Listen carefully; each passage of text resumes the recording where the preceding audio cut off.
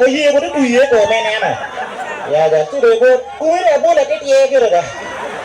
và đi giờ tie giờ này cái đấy phải để vừa mà mới ăn đó này là cái cô so am phun cả bỏ lại cái này phun là phải và đi kira tin bỏ bara udah mà bỏ cái gì mà chen mà cái gì và đi ôi cái bây giờ là gam này gặp gì là pin bỏ cái này đi vừa vừa phun về bỏ xuống đi cái này mà cái đồ gì vậy chứ là phơi bỏ cái gì mà có mà ngoa cái nào bê ngoa nào thì ngoa nó nhiều đặc phun vào à bê được bao này ngoa tuy nhiều này mua phải bỏ cái quen anh nghĩ cái này nó mà vừa rồi 2024 eh no ma vừa bỏ mi arbe best group of the year bỏ eh nó post cái này làm Mario như là cái video ini about overall it is a bit ati ma kidung comedian of the year ai quay câu áo chén lao giờ dương em mút ta mẹ qua thế nè mặn cái nữa chén bớt dương em cái đó ai là đi gì này qua qua tiệt đi pe mà cả rồi cả mà thì lockdown pe mà thì mà thì chỉ là cái là điệp cái mà ở cái world đi wo em đi mà đi world đi wo cái mà qua này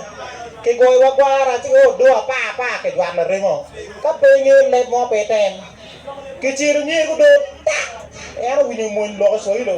uy như mò ngoan ngoan người đó tay mới đang đê quẹo đô chứ cái quẹo chứ cái chi nó có chi luôn đấy chỗ này đang cái hao phân đây ông cái ra cái đô cái qua cứ được đinh không cái tiêu á cái chơi đấy đó là cái quái này muốn nó vụt cái chỗ nó có phiêu kia này và cuối như của đi không cô đi có là nhiều dù bên nó chỉ tẹt cái lừa nó mò rồi ghê mò nhàng có một cái viên cổ này mà đi một đàn nhớ ở đây cái cô đi có rồi nó chịu cái lúc tiền này one cái vật cái department mới ghê rồi bằng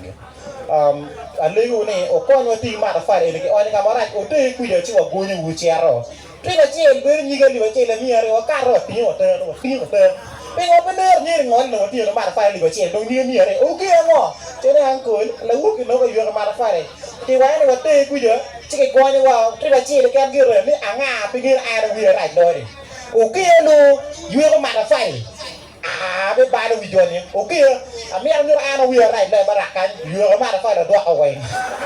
phải mà tê nó chú mẹ mà đây qua là quý cái young em Wado chiki mea metegwana Ojur Kwon eno mea metegwana wati nyiri kai comedy dong part. Now, ani ande vulu wati gian megi peka donyo pingo. Vulu tistere! Waka jola goe kwa wachil mama li